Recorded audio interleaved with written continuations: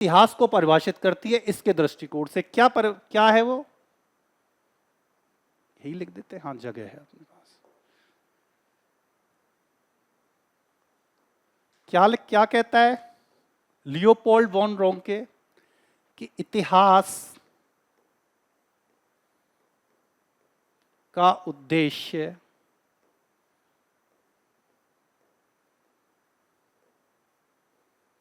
अतीत का ठीक वैसा ही वर्णन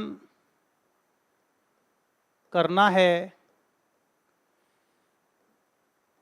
जैसा कि वास्तव में हुआ था।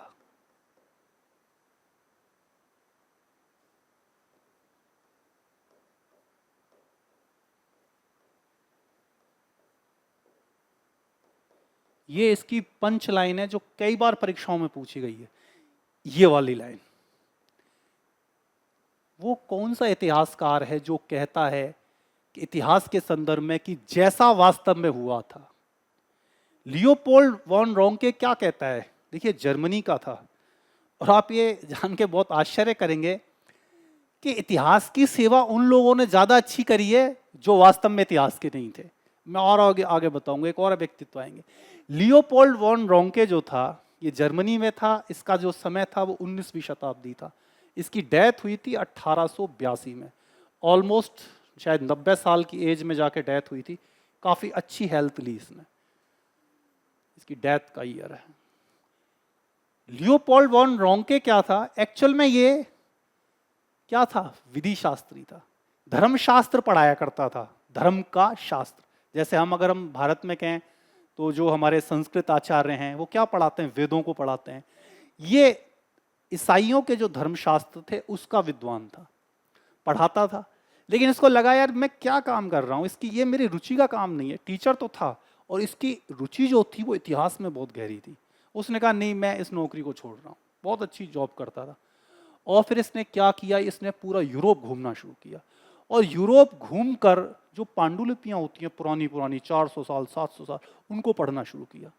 और उनके आधार पर फिर से यूरोप का और लैटिन का इतिहास लिखना शुरू किया। ये क्या कहता है कि इतिहास का उद्देश्य अतीत का ठीक वैसा ही वर्णन करना है जैसा कि वास्तव में हुआ था। वास्तव में हुआ था, ये शब्द क्या कह रहा है, वस्तुनिष्ठता की ओर इशारा कर रहा है। ये कहता है कि भाई इतिहासकार अतीत में ये ना देखे कि क्या अच्छा हुआ था क्या बुरा हुआ था, सही था गलत था, अनैतिक था नैतिक था। ये कहता है कि इतिहासकार न्यायाधीश नहीं हो सकता है।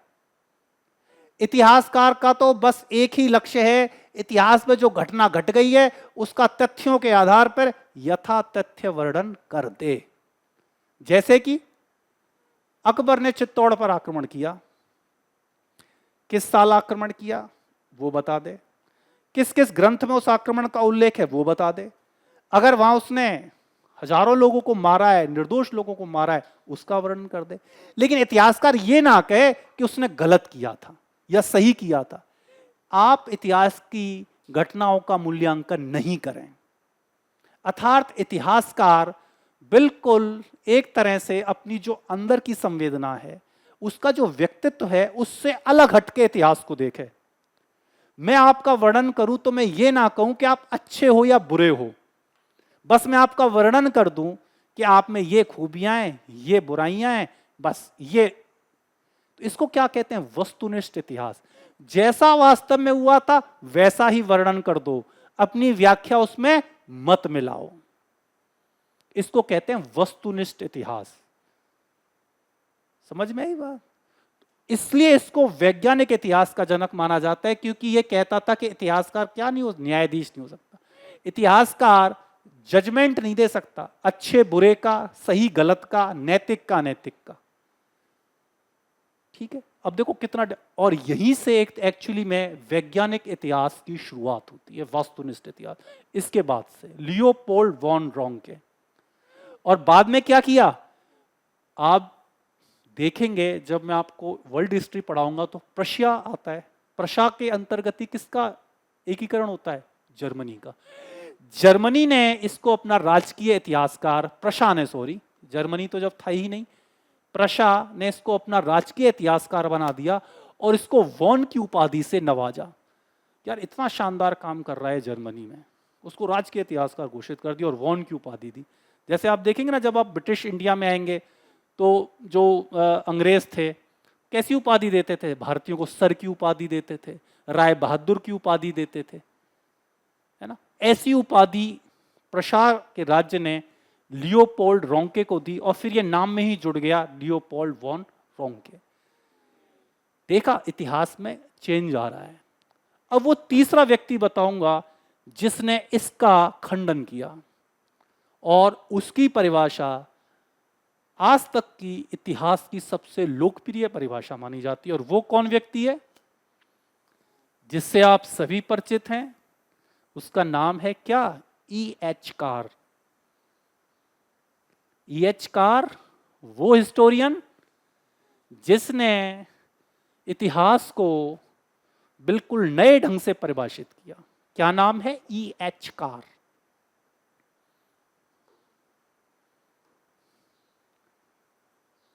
E.H. कार। थोड़ा सा E.H. कार के विषय में सुन लीजिए। E.H. कार ब्रिटेन के हिस्टोरियन थे, लेकिन फिर वही बात, ये भी हिस्टोरियन नहीं थे एक्चुअली में। जहां लियोपोल्ड वॉन रोंके एक धर्मशास्त्री था, ये क्या थे? एक डिप्लोमेट थे।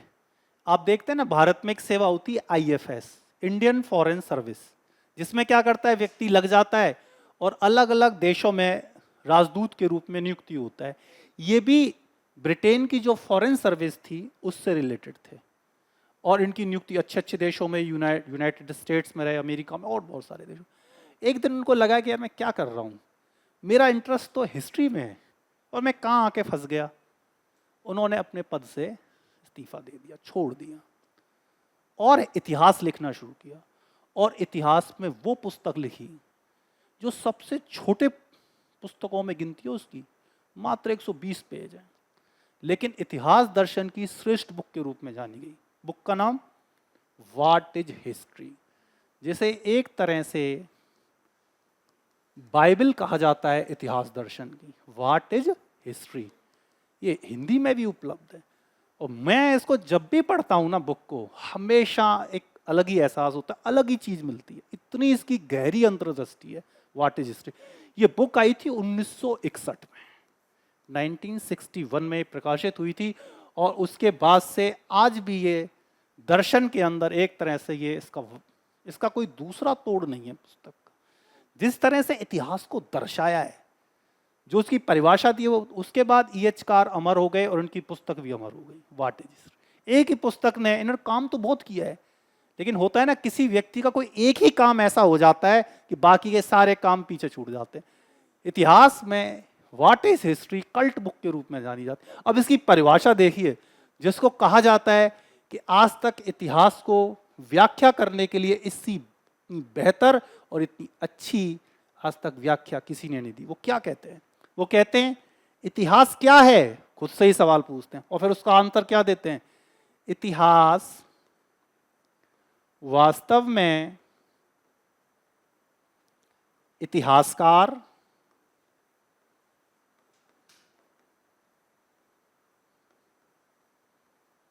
और उसके तथ्य के मध्य अंतहीन क्रिया है। अंतहीन क्रिया या प्रक्रिया, प्रोसेस, अंतहीन प्रक्रिया है। तथा यहीं खत्म नहीं होते, तथा अतीत और वर्तमान के मध्य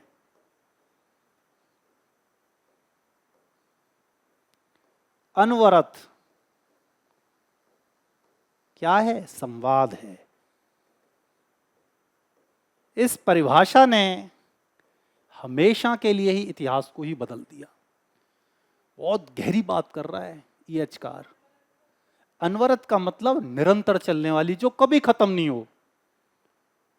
अनवरत का मतलब है जो सदियों से चली आ रही है, आज भी चलती है और आगे भी चलती रहेगी, जिसका कोई ना तो आरंभ है ना कोई अंत है, जो चल गई तो चल रही है। ये क्या कहना चाह रहे हैं, ये इंपॉर्टेंट है। ये कह रहे हैं कि जो इन लाइनों का मतलब है, वो क्या कह रहे हैं कि इतिहास का निर्माण किसके द्वारा होता है, इतिहासकार के द्वारा। लेकिन वो बिल्कुल अपनी लाइनों से किसका विरोध कर रहे हैं, लियोपोल्ड वॉन रोंके का। रोंके क्या कहते थे कि इतिहासकार इतिहास का वैसा ही वर्णन करेगा जैसा कि वास्तव में वो था। था का मतलब है इतिहासकार अपनी ना तो सोच डालेगा, ना अपना दृष्टिकोण डालेगा, ना उसे अच्छा बताएगा ना बुरा बताएगा, ना नैतिक कहेगा ना नैतिक कहेगा। लेकिन ईएचकार कहते हैं क्या बात कर रहे थे यार पॉल्ड साहब आप, इतिहासकार कैसे निष्पक्ष हो सकता है। हम इसी समाज की उपज हैं। मेरा एक धर्म होता है, मेरी एक जाति होती है, मेरा एक राष्ट्र होता है, और ये क्या करते हैं, हमारी सोच को प्रभावित करते हैं।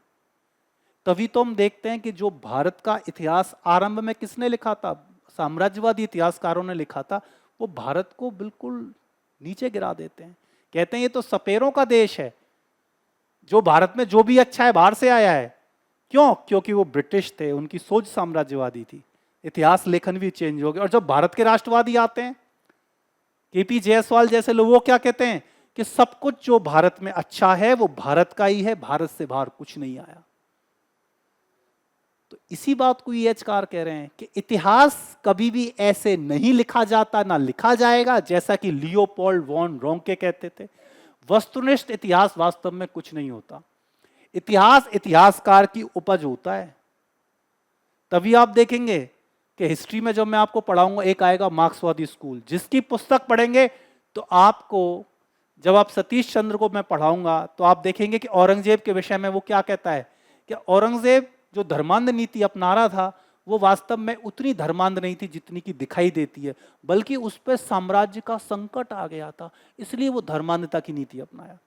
लेकिन जब मैं आशीर्वादी लाल श्रीवास्तव को पढ़ाऊंगा, जो कि राष्ट्रवादी इतिहासकार, जदुनाथ सरकार को पढ़ाऊंगा, जो कि पुस्तक लिखते हैं the fall of Mughal empire, तो वो क्या कहते हैं कि औरंगजेब तो धर्मांध ही था, उसके पूरी कार्यों की लिस्ट निकालते हैं। ऐसा अंतर क्यों है?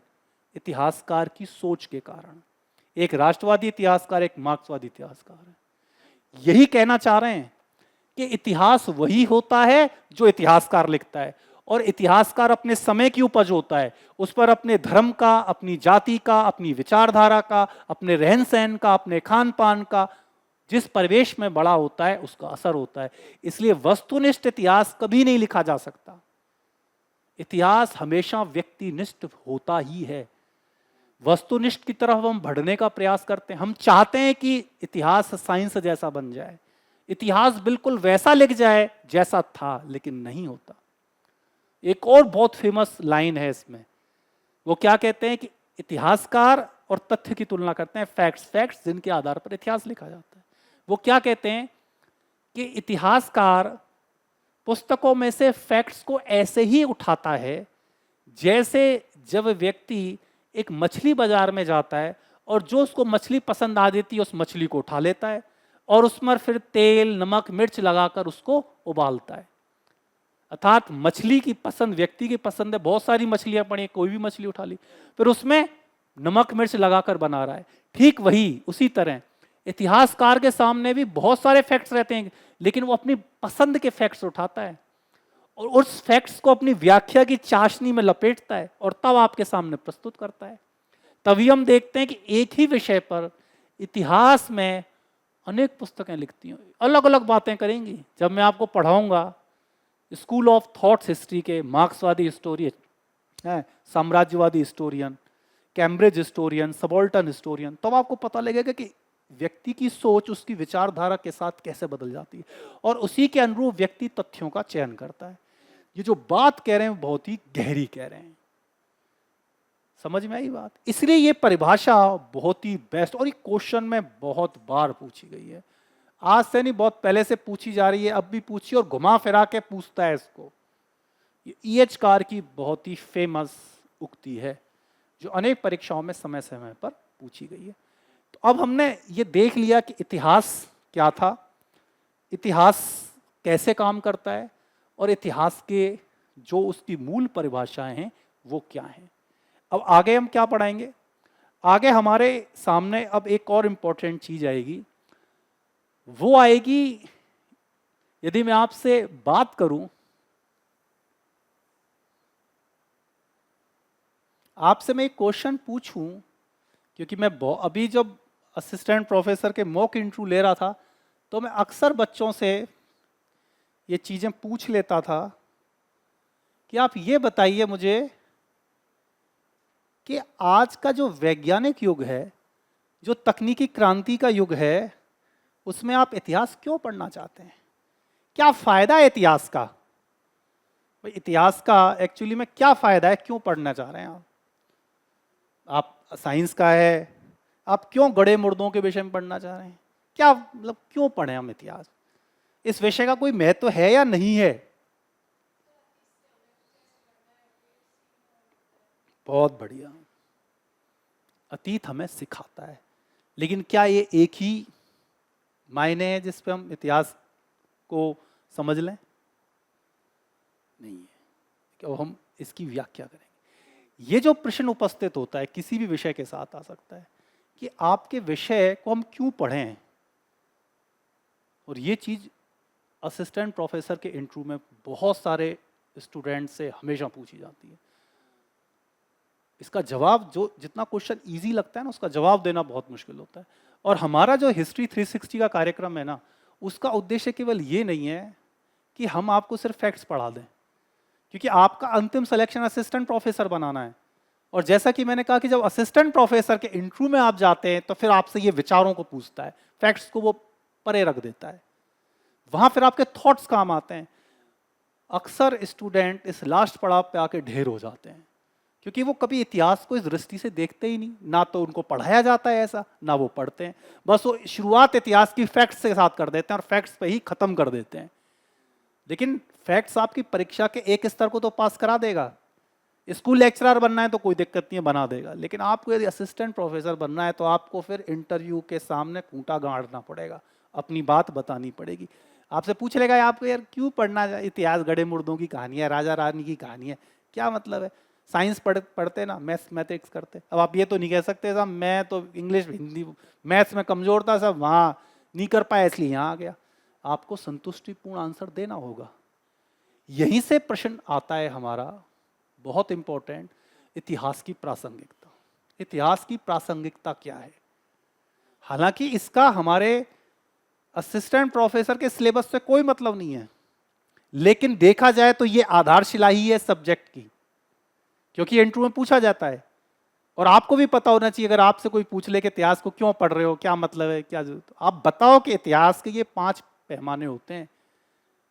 इतिहास ही सभी का जन्मदाती है। जैसे इस समाज को जितना इतिहास प्रभावित कर रहा है, कोई दूसरा प्रभावित ही नहीं कर रहा। सबसे ज्यादा विवाद ही इतिहास पे होते हैं, क्योंकि इतिहास सबसे ज्यादा महत्वपूर्ण है। कहीं संस्कृत में कोई विवाद होता देखा है क्या? विवाद किस पे होते हैं? इतिहास के व्यक्तित्वों पर। महाराणा प्रताप महान है या अकबर महान है? आर्य भारतीय थे या विदेश से आए थे? हड़प्पा सभ्यता का अंत आर्यों के द्वारा हुआ था या नहीं हुआ था? भारत का विभाजन कांग्रेस ने कराया या अंग्रेजों की देन थी? यहीं पर पता चल जाता है कि इतिहास आज भी चल रहा है और हम सबसे जुड़ा हुआ है, चाहे हम इतिहास के विद्यार्थी हैं चाहे इतिहास के विद्यार्थी नहीं है। वो हमारी दिनचर्या, रोज के जीवन को प्रभावित कर रहा है।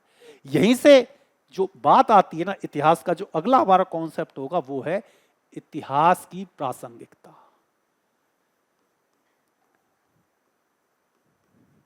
क्योंकि जब तक आप इतिहास की प्रासंगिकता नहीं समझेंगे,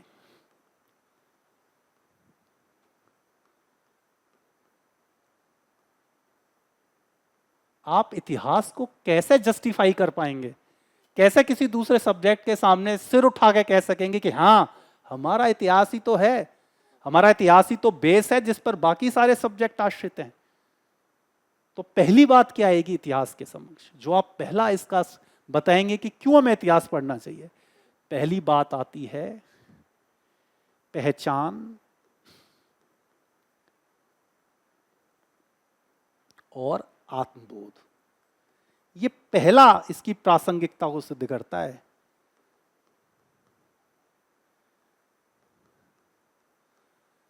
देखिए, अगली हमारी 9 महीने की क्लास फैक्ट्स व्याख्याओं पे चलेंगी, लेकिन जब ये बेस अगर 3 क्लासों में अपन ने नहीं क्लियर किया तो हमेशा असमंजस की स्थिति में पड़े रहेंगे और वो चीजें क्लियर नहीं हो पाएंगी। इसलिए जो नहीं कोई कराता है उससे हम शुरुआत कर रहे हैं, ताकि कभी फिर आपको कभी ये चीजें कभी परेशान नहीं करें। इतिहास क्या है, इतिहास क्यों पढ़ना चाहिए, इतिहास की प्रासंगिकता क्या है, क्योंकि आज वो सारी चीजें हमारे सामने क्लियर हो जाएंगी। प्रासंगिकता की बात आई तो मैंने कहा कि इतिहास का सबसे महत्वपूर्ण जो उसका उपयोगिता है वो आती है पहचान और आत्मबोध में। पहचान, आइडेंटिटी। जब आप किसी के सामने जाते हैं और आपसे कोई पूछता है आप कौन हो, कहाँ से आए हो, आप क्या बताना शुरू करते हैं कि साहब मेरा नाम दिग्विजय है, मैं डीग से आया हूँ। फिर अगला क्वेश्चन उसका होता है आपके पिताजी क्या करते थे, फिर आप अपने पिताजी के बारे में बताओगे। आपके परदादा क्या करते थे, उनके बारे में बताओगे। तो जो ये वार्ता आरंभ हो रही है ये आपके अतीत की तरफ जा रही है। चाहे कोई व्यक्ति इतिहास का है चाहे नहीं है, ये जब आपसे क्वेश्चन पूछने लगते हैं तो ये आपके इतिहास की तरफ जाने लगते हैं और आपके सामने आपको अपनी पहचान सिद्ध करनी पड़ती है ना। तो क्या इतिहास हमारी पहचान हमको नहीं बताता? लेकिन क्या व्यक्ति की एक ही पहचान होती है क्या? मेरा नाम, मेरे पिताजी का नाम और मैं कहाँ रहता हूं? नहीं, एक ही व्यक्ति की कई पहचान होती हैं और इतिहास हम उन पहचानों को हमें बताता है। जैसे अगला क्वेश्चन हो सकता है आपकी जाति क्या है, तो हम जाति बताएंगे। फिर आपसे वो समझ लेगा आपकी कौन सी भाषा है, तो आपकी भाषा एक आपकी दूसरी पहचान हो गई। आपकी जाति आपकी एक तीसरी पहचान हो गई। अगली पहचान होगी आप किस धर्म के हो, अगली पहचान होगी आप किस क्षेत्र के हो, फिर पहचान आएगी आप किस राष्ट्र के हो। जब तक ये चीज नहीं है आप कैसे बता सकते हो कि जब तक आपको इतिहास नहीं पता आप क्या बताओगे मेरी जाति का क्या इतिहास है? आप क्या बताओगे कि मेरे धर्म का क्या इतिहास है? आप कैसे बताओगे कि मेरे राष्ट्र का क्या इतिहास है? तो इतिहास बेसिकली हमको पहचान बताता है हमारी, और इस पहचान के बिना कुछ नहीं है समाज में। महत्वपूर्ण बात यह है कि जब अंग्रेज भारत में आए ना तो उस पहचान को मिटाने की कोशिश करी सबसे पहले अंग्रेजों ने, कि भारत की पहचान को मिटा दो, ये हमेशा के लिए भारत अंग्रेजों का गुलाम ही रहेगा। जब मैं आपको साम्राज्यवादी इतिहास लेखन पढ़ाऊंगा ना तो मैं बताऊंगा कैसे सुनियोजित तरीके से अंग्रेज क्या लिखते रहे बार बार। उसके सबसे प्रकांड विद्वान, प्रकांड इतिहासकार कौन कौन? जैसे कि जेम्स मिल, जिसने सबसे पहले भारत का इतिहास लिखा। कौन? विंसेंट आर्थर स्मिथ, वीए स्मिथ, जिसने पहली बार आधुनिक भारत का सही मायनों में इतिहास लिखा। ये लोग क्या कहते रहे, ये पहचान मिटाने पे लगे रहे भारत की। क्या कह रहा कि भारत सपेरों का देश है, मदारियों का देश है, भारत कभी एक राष्ट्र नहीं रहा, भारत एक भौगोलिक अभिव्यक्ति रहा है, भारत के जो लोग हैं वो तो धर्म में लीन रहते हैं, ये तो साधु सन्यासी हैं, इनका जीवन से कोई मतलब नहीं, तुमको मोक्ष चाहिए, इनका सांसारिक समस्याओं से कोई वास्ता नहीं है। और भारतीय जो हैं उसमें दास के गुण सबसे ज्यादा अच्छे होते हैं, ये इतिहासकार लिखते हैं। भारतीयों की तुलना किससे करते हैं? दास की। दास क्या होता है? आज्ञा का पालन करता है, जो कह दो वो मानेगा। वो क्या कहते हैं? भारतीय दासों के गुण और भारतीयों के गुण सेम है। और क्या कहते हैं कि भारतीय तो हमेशा निरंकुश शासन के आदी रहे हैं, इनके देश में कभी लोकतंत्र था ही नहीं, हमारे यूनान में तो रहा है और हम भी लोकतांत्रिक हैं, लेकिन चूंकि भारत तो निरंकुश राजतंत्र के हमेशा अधीन रहा है, चाहे एंशंट इंडिया की बात की जाए, चाहे मॉडर्न इंडिया की बात की जाए, चाहे मिडाइवल की बात की जाए, तो ये आगे भी निरंकुश के अधीन ही रहेंगे और इनका कल्याण ब्रिटिश शासन के अधीन रहने में ही है। लेकिन जो ये पहचान का संकट उत्पन्न किया, इसको किसने खत्म किया? राष्ट्रवादी इतिहास को। कीपी जायसवाल पुराने ग्रंथों का अध्ययन करके पता लगाए कि भारत में भी प्राचीन काल में गणतंत्र विद्यमान थे और तुम्हारे यूनान से अच्छा काम करते थे। फिर उन्होंने राष्ट्रवाद की खोज करना शुरू किया, फिर उन्होंने भारत की चीजें बतानी शुरू करी कि भारत कितना आध्यात्मिक गुरु रहा है, विश्व गुरु रहा है। पहचान का संकट और पहचान को स्थापित करना इतिहास की सबसे बड़ी मूल्य देन है। अगर यही पहचान स्थापित नहीं होती हमारी, तो आज भी अंग्रेज हम पे शासन कर रहे होते। ये राष्ट्रवाद का ही तो भाव था जो हमने उनको बाहर निकाल दिया कि हमारे देश पे तो हमारा शासन होना चाहिए, हमारे लोगों का शासन। तुम कौन हो भाई हमको बताने वाले कि क्या अच्छा है क्या बुरा है? जो गांधी जी के नेतृत्व में आंदोलन चला उसी के लिए तो था कि इस देश की जनता निर्णय करेगी कि इस पर शासन कैसे होगा। समुद्र पार ब्रिटिश गवर्नमेंट इस बात का निर्णय नहीं कर सकती कि भारत के लिए क्या अच्छा है और क्या बुरा है। तो इतिहास क्या एस्टेब्लिश करता है? पहचान एस्टेब्लिश करता है। पहले एक व्यक्ति की पहचान एस्टेब्लिश करता है, फिर एक राज्य की पहचान एस्टेब्लिश करता है, और सबसे बढ़कर एक राष्ट्र की पहचान को एस्टेब्लिश। यही इतिहास का सबसे बड़ी प्रासंगिकता है। अगर ये ना हो तो फिर हम बेकार हैं, हम पर दूसरे लोग शासन करेंगे। समझ में आई बात? इतिहास क्यों प्रासंगिक है? आज के बाद कभी अगर इंटरव्यू देने का मौका मिलेगा तो हमेशा गोल्डन मार्क्स लेके आओगे जब इस तरह से बताओगे। तो क्योंकि बताता कोई है ही नहीं, ना कोई सुनता है ना कोई समझता है, और ये बेसिक चीज है। इनको समझे बिना इतिहास जो है निरर्थक है। ठीक है, अब बात आती है कि आगे इतिहास की उपयोगिता क्या है। देखिए, आप हमेशा इस बात को नोट करते होंगे और ये बात आप सोचते होंगे और सुनी भी होगी कि वर्तमान का आधार अतीत होता है। अतीत क्या है? वर्तमान का आधार अतीत है। अब इसकी दूसरी जो प्रासंगिकता हमारे सामने आ रही है वो क्या आ रही है?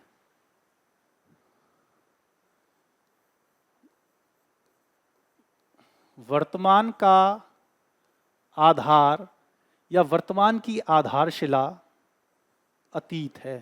ये इसकी दूसरी प्रासंगिकता है। क्या है इसका मतलब? क्या समझ रहे हो? आज हम अपने जीवन में जो कुछ भी देख रहे हैं वो सभी इतिहास में उसका आधार है। यदि हम जाति प्रथा को देखें कि इतिहास में आज यदि किसी के साथ अस्पृश्यता का व्यवहार होता है, आप उसको नहीं समझ सकते जब तक कि आप प्राचीन भारत में नहीं जाएंगे। यदि आप भारत में महिलाओं की स्थिति पुरुषों की तुलना में थोड़ा सा हीन देखते हैं, अब तो बिल्कुल ऑलमोस्ट बराबर हो चुकी है, लेकिन अभी से सिर्फ 100 साल पहले चले जाइए, महिलाओं की स्थिति पुरुषों की तुलना में बिल्कुल दयनीय थी। आप उसको बिल्कुल नहीं समझ सकते जब तक आप महिलाओं की स्थिति के अतीत को नहीं देखेंगे। इसलिए कहा जाता है कि जो अतीत है ना वो वर्तमान की आधारशिला है, बेस है इतिहास। अतीत का मतलब है इतिहास जो है आज का आधार। इसी के ऊपर आज की हमारी जितनी भी संस्थाएं वो टिकी हुई हैं। हमारी भाषाएं सारी किस पर टिकी हुई हैं? अतीत पर, इतिहास पर। जैसे मैं आपको चीज बताता हूं, उर्दू भाषा। बहुत सारे लोग उर्दू के विषय में क्या सोचते हैं कि उर्दू एक विदेशी भाषा है। उर्दू कहां से आई है? ऐसा, उर्दू तो विदेशी है, मुसलमानों की भाषा है। क्या बोलते हैं? मुसलमानों की भाषा। क्या है वास्तव में उर्दू मुसलमानों की भाषा? उर्दू का जन्म पता है कैसे हुआ? नहीं।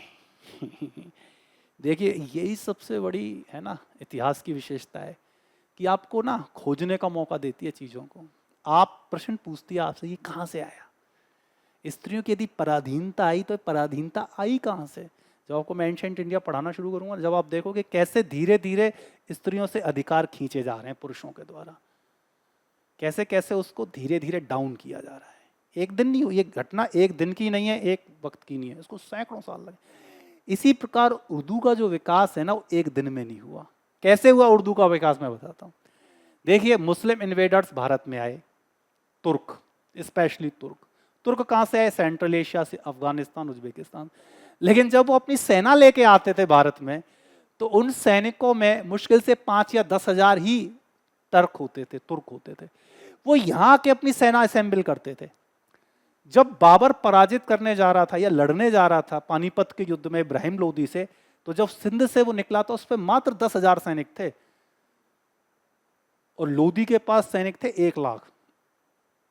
वो धीरे धीरे आगे बढ़ता गया, लोगों को पैसा बांटता गया, सेना बनाता गया। तो जो तुर्कों की सेना होती थी उसमें जो कमांडर और जो उच्च पद के अधिकारी होते वो तो होते थे तुर्क, जो तुर्की भाषा बोलते थे या फारसी बोलते थे।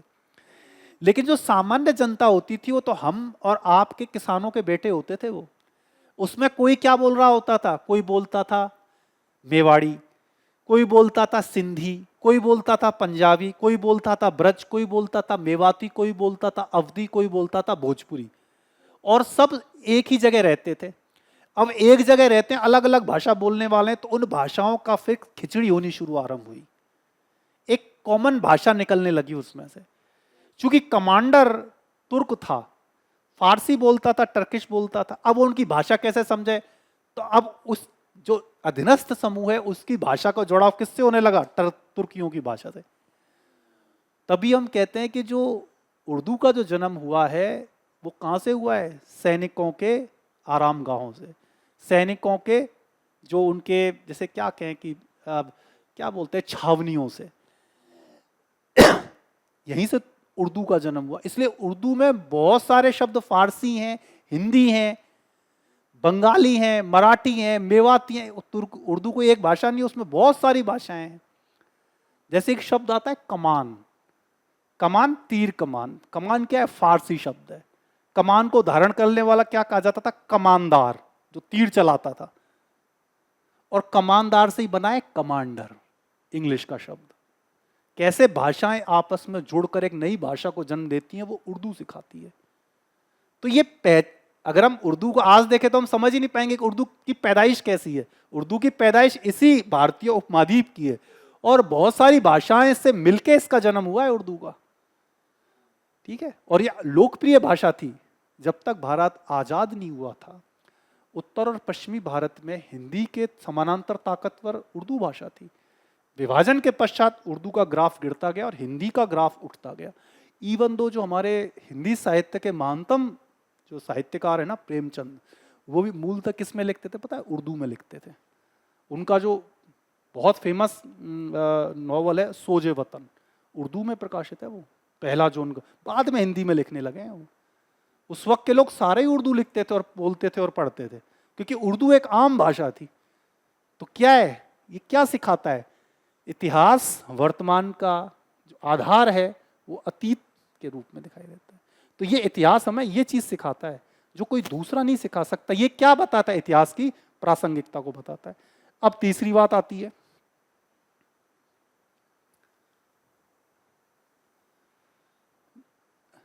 जो आपने बोला कि इतिहास की प्रासंगिकता तीसरी क्या है? अनुभव। अनुभव से सीख मिलती है। ये एक और महत्वपूर्ण बात है। यदि इतिहास ना होता, जिसे कहते हैं ना कि इतिहास हमें गलतियों से सीखने का सबक देता है। इतिहास, एक कहावत है ना, इतिहास अपने आप को दोहराता है। इतिहास अपने आप को तब दोहराता है जब आप इतिहास से नहीं सीख लेते। और भारत का तो इतिहास रहा है कि इसने सीख नहीं ली, तभी लगातार वेस्ट एशिया, मध्य एशिया से इन्वेडर्स भारत में घुसते रहे हैं। क्यों? हमने उन सीमाओं की रक्षा नहीं करी। इतिहास यही तो सिखाता है कि आप अच्छाई को सीखो और बुराई को मत सीखो। क्या सिखाता है? अनुभव सिखाता है। कोई दूसरा विषय आपको ये नहीं सिखा सकता कभी भी, ये इतिहास सिखाता है। हमें अच्छे बुरे, खट्टे मीठे अनुभव देता है, और इस अनुभव से ही हमारा ज्ञान समृद्ध होता है। आपने भी अपनी जिंदगी में देखा होगा कि पुस्तकों से कई ज्यादा आपके जीवन के अनुभव आपको ज्ञानी बनाते हैं। जब आप इधर से उधर जाते हो, एक रिश्तेदारी दूसरे, एक शहर से दूसरे शहर, एक टीचर से दूसरे, आपका अनुभव का दायरा बड़ा होता जाता है। ये क्या है? इतिहास की सीख है। इसी से हम आगे बढ़ते हैं। अगर ये नहीं हो तो फिर कुछ नहीं है। ठीक है ना? अब चौथी बात और महत्वपूर्ण बात, आलोचनात्मक दृष्टिकोण का विकास। ये चौथी इसकी प्रासंगिकता है इतिहास की। क्या है? आलोचनात्मक दृष्टिकोण का विकास। सब जो एक बात इसके माध्यम से आती है वो किसी और के माध्यम से आप में नहीं आती। दूसरे शब्दों में कह सकते हैं तार्किक दृष्टिकोण का आरंभ। इतिहास आपको क्या सिखाता है? अगर मैं आपसे कहूं इतिहास क्या सिखाता है, अगर आप इतिहास को देखेंगे तो यही तो सिखाता है कि किसी भी चीज पर ऐसे ही विश्वास मत कर लो, पहले उसको तथ्य की कसौटी पर कसो। बाबर अपनी बाबरनामा में लिखता है कि राणा सांगा ने उसको भारत पर आक्रमण करने के लिए बुलाया था, लिखता है। लेकिन किसी भी स्रोत से उसकी पुष्टि नहीं होती, इसलिए उसका वक्तव्य माना जाता है कि झूठ बोल रहा है बाबरनामा में वो। तो क्या सिखा रहा है आलोचनात्मक दृष्टि? हमें रैशनल बनाता है, तार्किक बनाता है, हम हर चीज को देख सकें। अंधविश्वास से रोकता है, किसी पे ऐसे ही विश्वास मत कर लो, तार्किक बुद्धि का इस्तेमाल करो, सही क्या है गलत क्या है, स्वयं निर्णय लो। ये आलोचनात्मक दृष्टि कैसे आती इतिहास के में? क्योंकि इतिहास हमें सिखाता है कि इतिहास का पहला ही बिंदु यही है कि जो भी चीज आपके सामने आ रही है उसको पुरातात्विक साहित्यिक साक्ष्यों से तुलनात्मक अध्ययन के माध्यम से उसका निचोड़ निकाल लो। तभी हम इतिहास को कहते हैं कि ये हमें आलोचनात्मक दृष्टिकोण का विकास कर। जब आप जैसे जैसे आप इतिहास को पढ़ते जाओगे, आप डिफरेंट स्कूल को पढ़ोगे, आपकी बुद्धि एकदम शार्प होती, तार्किक दृष्टिकोण का विकास होता है। हम ऐसे ही किसी पे विश्वास नहीं कर लेते। कोई हमसे बोलता है तो हम उस पर जांचते हैं कि एक्चुअल में ये सही बोल रहा है। रैशनलिटी का विकास करता है, अंधविश्वासों को खत्म करता है, फेथ्स को खत्म करता है और लॉजिक को बढ़ावा देता है। जैसे एक बहुत इंपॉर्टेंट बात कही है मिर्जा गालिब ने, जो मुझे बहुत पसंद है, कि ना था कुछ तो खुदा था, ना था कुछ तो खुदा था, कुछ हुआ तो खुदा हुआ, मुझे तो अपनों ने ही बर्बाद किया, अगर ना होता तो खुदा होता। इसके बरबक्स एक और नुसरत फतेह अली क्या कहते हैं कि हर जर्रा चमकता है अंगारे इलाही से, हर सांस कहती है हम हैं तो खुदा है। बिल्कुल इस्लाम के खिलाफ बात जा रही है। इस्लाम में खुदा और जो बंदा होता है वो दोनों अलग सत्ताएं, एक नहीं है। लेकिन दोनों ये जो बात कर रहे हैं, मिर्जा गालिब कह रहा है कि मैं ना होता तो खुदा होता, अर्थात खुदा और मैं अलग अलग नहीं है, एक ही है।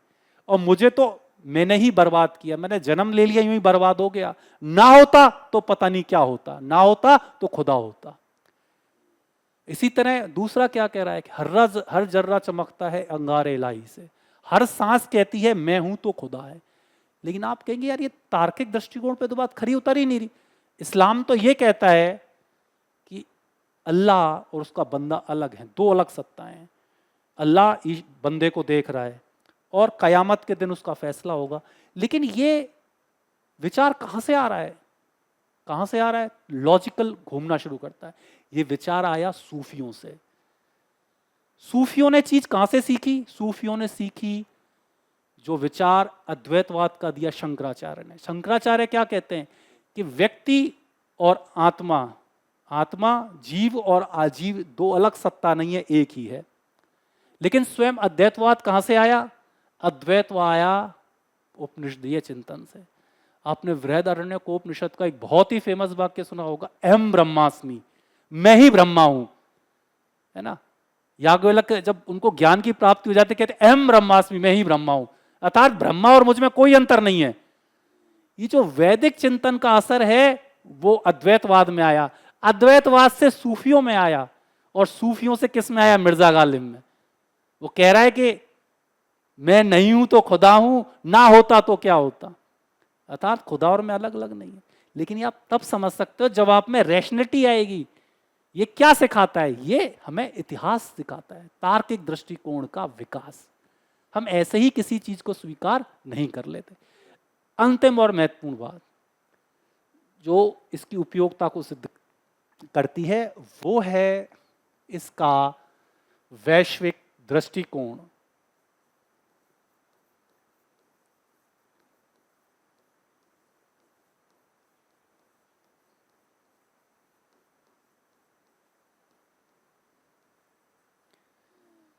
देखिए, अंग्रेज जब भारत में आए, जब मैं आपको पढ़ाऊंगा हिस्ट्री, जब आप देखेंगे कि अंग्रेज जब हिस्टोरियंस ने भारत में लिखना शुरू किया तो कहते थे कि भारत में जो कुछ भी अच्छा है ना वो बाहर से आया है ना। हड़प्पा सभ्यता के बारे में क्या कहते थे? ये तो मेसोपोटामिया की उपज है। भारत के लोगों में इतना दिमाग कहाँ है जो ऐसी सभ्यता बना दें। हड़प्पा सभ्यता का पतन कैसे हुआ? आर्यों ने किया। आर्य कहां से आए? ये भी मध्य एशिया से आए थे, है ना। मध्यकाल क्या है? ये तो अंधकार का युग है, मुसलमानों ने तो अत्याचार किया है।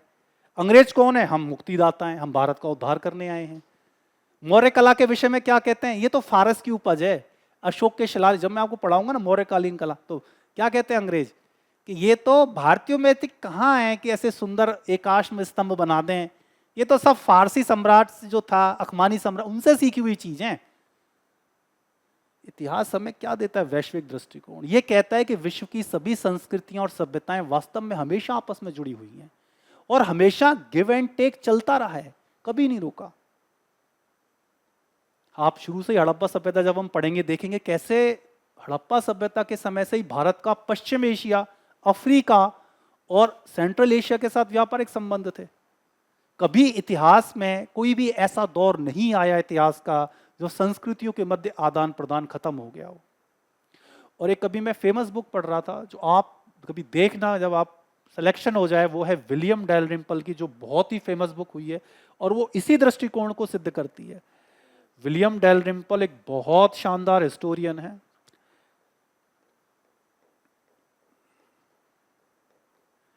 इनकी बहुत फेमस बुक आई थी 2024 में, गोल्डन रोड।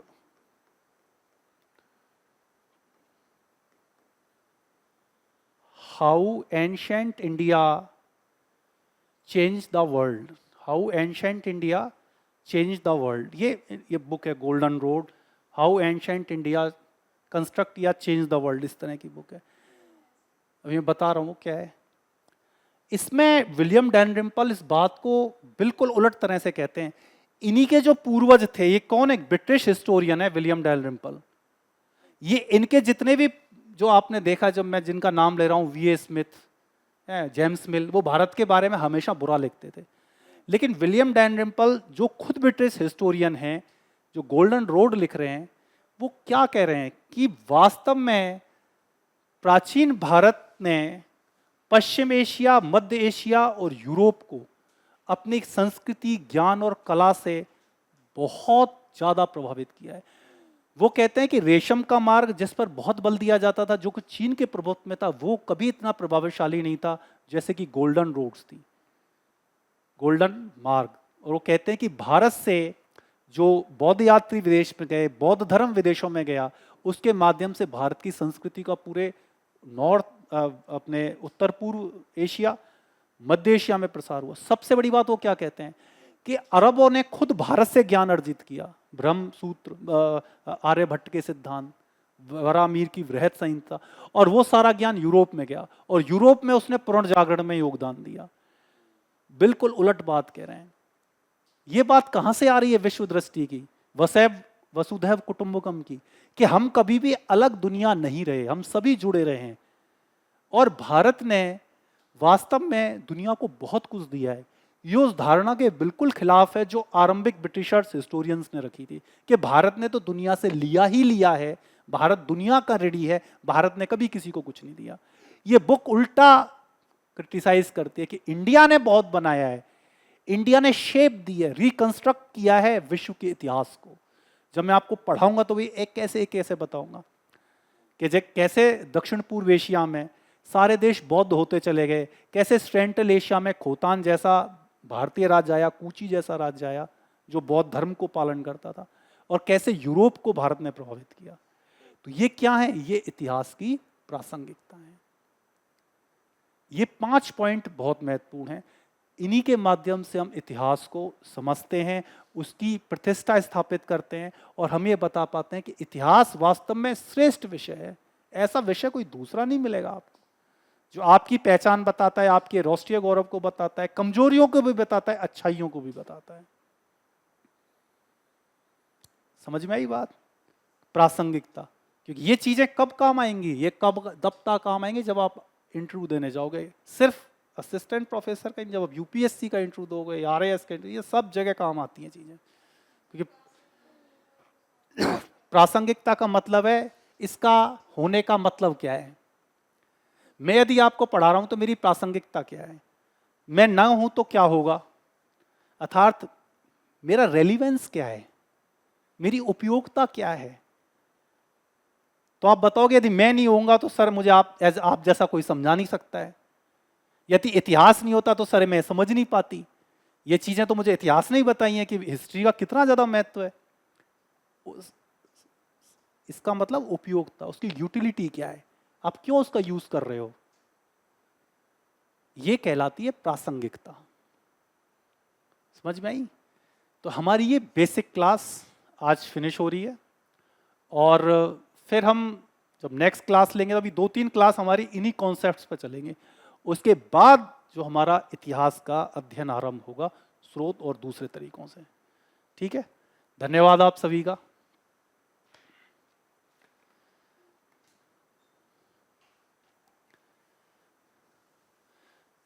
बाहर ही बैठ जाना बेटा, आराम से बात करते हैं ना, अभी तो चलते हैं क्लास से।